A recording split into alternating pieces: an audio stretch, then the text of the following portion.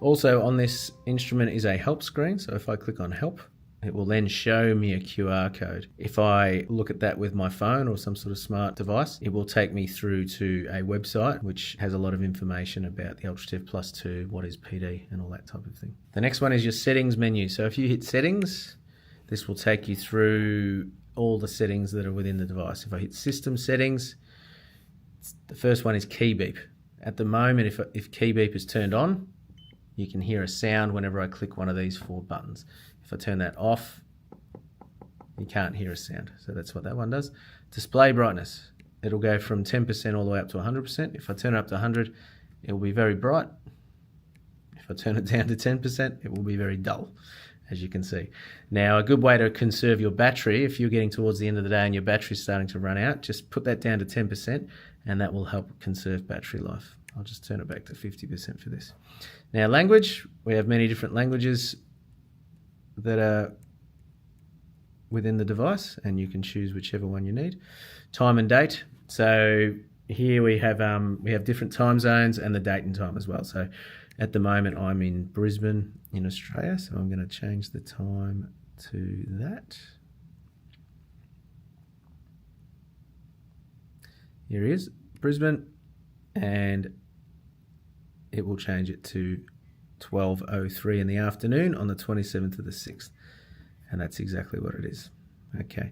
Then you've got auto shutdown settings. So default, this will be turned on and the time is 30 minutes. Okay. You can turn it off, but I don't recommend you turn it off.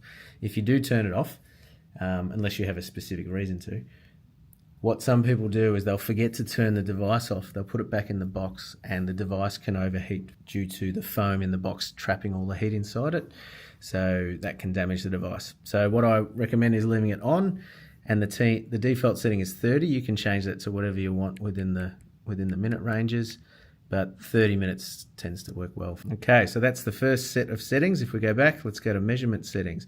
So measurement settings are things to do with when you're actually taking a measurement. So alarm mode, if I click alarm mode and turn that on, if I then get a high reading, so if I go to ultrasonics and make a bit of sound, you can hear the device squeaking at me or making a sound whenever that number goes red.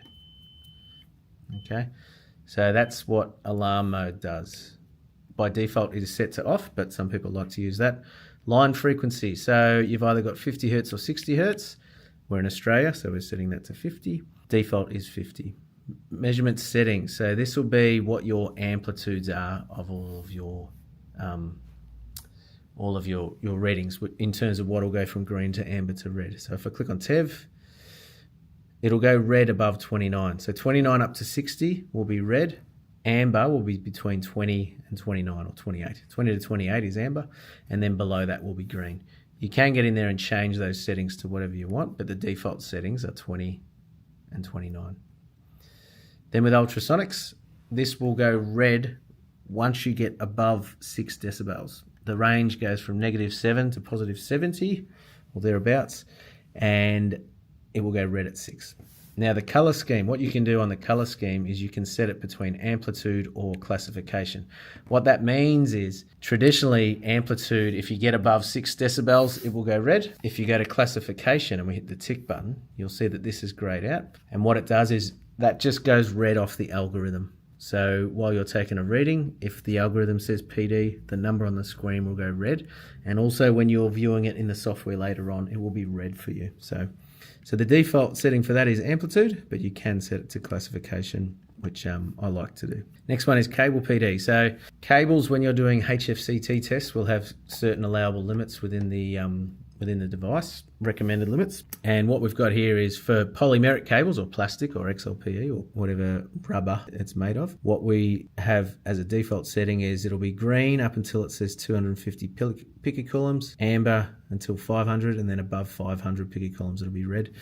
And then for paper cables, paper insulated lead cables, what we have here is it'll be green up to 2500 picocoulombs, amber up to 7,000, and then red above 7,000. You can tap into them and change them.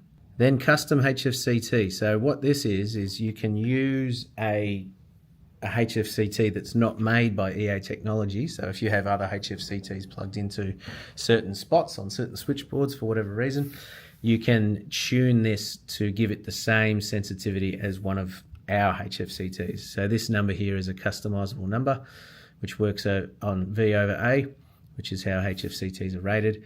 And what you would do there is you would calibrate this to that HFCT, and then you would know the number to put into here, so everything's comparable. All right, next one is guided mode settings. So guided mode settings, this is basically when you're in guided mode, what is the screen you want to come up, that you want to come up on the +2 when you're taking the readings. So the default settings are here, which is TEVs, interpretation, UHF, cable PD and VPIS are all phase plot. What I like to do is change that one to phase plot, but that's just me.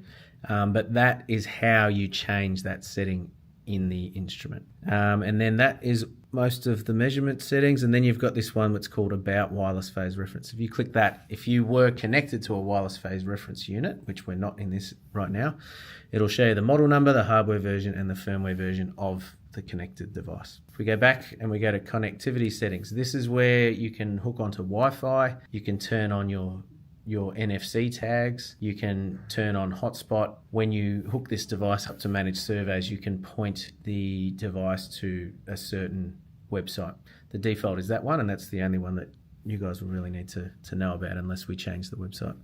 So Wi-Fi, I can hook this device onto Wi-Fi by clicking this, turn on the Wi-Fi, and then we can hook onto a network. So if I go to Network Connect, it'll find all the Wi-Fi devices around here. If I click on one and then I know the password, I can get this onto the internet. And that's good for managed surveys, where you can download and upload data to the cloud. Also, it's for if you want to connect this to your computer and then get the data off the device on your computer. Okay, so I'll turn Wi-Fi off. The next one is NFC. So with NFC, if we click on this button and enable it, we then go back to here and click on NFC here. What it says is, do you want to read a tag or erase a tag? And when you buy these UltraTEV +2s, it will come with a kit of these. These are near-field communications stickers, and in each of these little stickers, that's a little round sticker there, there's a little chip inside there, and you can store information inside that. Okay, so if we want to read a tag, we get the tags, hit read tag, put that onto there. It's read it, but that one is blank. Blank tag detected, no data read it. That's fine. The idea is, what you would do is you would put these all over your switchboards or wherever you want to take readings, and whatever readings you take on that panel, you then load that into there. But that's another training module which we can have a look at later. Turn that back off if you don't want to use it. Now hotspot. If we click on hotspot, turn hotspot on, it then turns hotspot on. It will give out an SSID of UltraTEV +2 04850. That's this individual one, because this is the serial number of this device is 4850, which we can see on the back there, which it says 4850 or 04850. And then there's the password to log into that. Okay, so what you do with this is you can connect this to your phone or any smart device. The easiest way to connect up is you hit this button in the corner. It will show you a QR code. What you then do is you look at that QR code with your phone. It will sync the device to each other. You don't have to type a password in. Then what you want to do is go to a web browser on that device and type in this number here, which is 192.168.11.1. Hit OK, and then it will sync up to here. From there, you can take photos with your smart device or videos or load files back into here. And any of that information that comes back to here will get saved in the survey file, which you can then later open up. Okay, so we'll turn hotspot off for now. And then there's the substation 360 URL. You never need to change that unless you want to point it specifically at another website, so don't worry about that. The next one is About. So if we click on the About button here, this tells you all the information about the instrument. So this instrument is a hardware version 8. We're running software version or firmware version 5.0. The serial number of this device is 04850, and the calibration is due. So we recommend yearly calibrations for these, and this one is due next on the 13th of the 5th, 2026. Now, if you want to download latest firmware, you need to get that firmware onto your device, or you can download it over the internet. So if I click this button here, that's the download firmware one. It says please plug it into the mains because we need to be charging it while we do a firmware upgrade, because we don't want the battery to die while we're running the upgrade. So I'll just get some power to it. Okay, so this is how you charge up an instrument. You plug this into here very gently, and this light comes on underneath here. Okay, so now that we're plugged into the mains, we hit OK, try it again. Now, this is where it says, do you want to check the web for updates or check the micro SD card for updates? If you got the file and put it onto the micro SD card, you would click this button. It says it's checking for updates.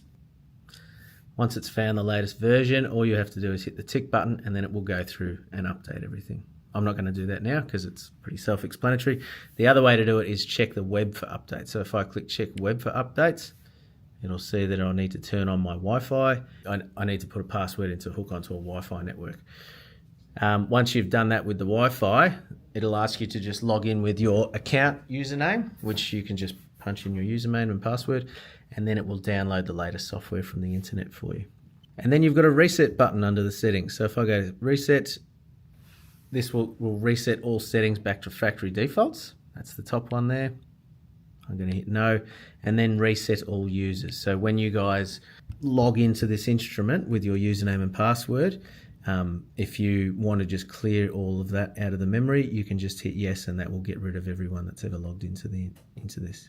And that is your settings menu. Okay, so the file menu, if I hit file, this will show me everything that is on the micro SD card at the bottom of this instrument. So at the moment, there's an SD card in the bottom there. That is the hard drive for it. To take that out, we push it in and it pops out. I'm not going to do that now because everything's turned on. We should only do that while it's turned off. But this will basically show you everything that's on that SD card there. And it proves that it's working for you because it can read it. You can get in and delete things out of here. You can't actually view anything. So if I click on surveys, hit the tick button, that just shows me that I did a survey, and that's the name of that survey. And it shows me all the files that are underneath it, okay? But it won't let me look at anything. Next icon is the function check icon. If I click that button, I have the option to turn on 4 different function checkers. So if I turn on the ultrasonic test source, that will now start pumping out a bit of sound.